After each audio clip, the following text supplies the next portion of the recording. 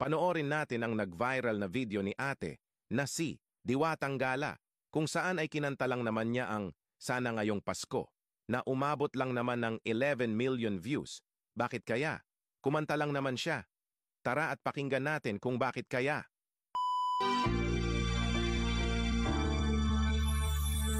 Papasko na naman, utang mo'y nandito pa. Hanggang kailan kaya ako maghihintay sa'yo? Bakit ba naman pinautang pa kita? Ang tanging hangad ko noon ay matulungan ka. Sana ngayong Pasko ay maalala mo ang utang mo. Hinahanap-hanap ang bayad mo.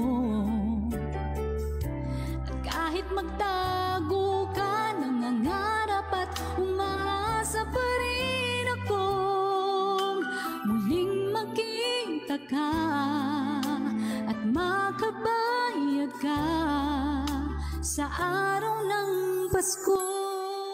Kaya pala, hindi na pala para sa Pasko ang lyrics ni ate, kundi ay umaasa na lang siya sa mga umutang sa kanya na sana ngayong Pasko ay magbayad na sila ng utang. Papasko na naman, pangakong bayad sana. Hanggang kailan kaya maghihintay sa bayad mo? Bakit ba naman kailangang magtago ka? Ang tanging hangad ko lang ay makabayad ka.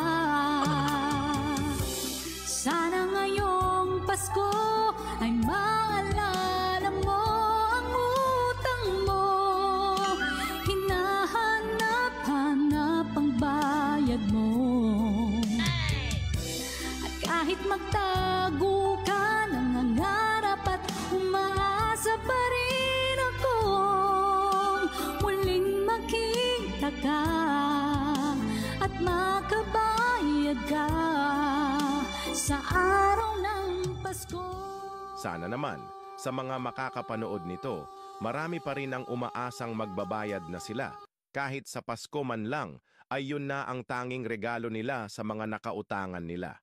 Tandaan mo ito, paano ka pa makakaulit umutang kung makunat ka naman magbayad?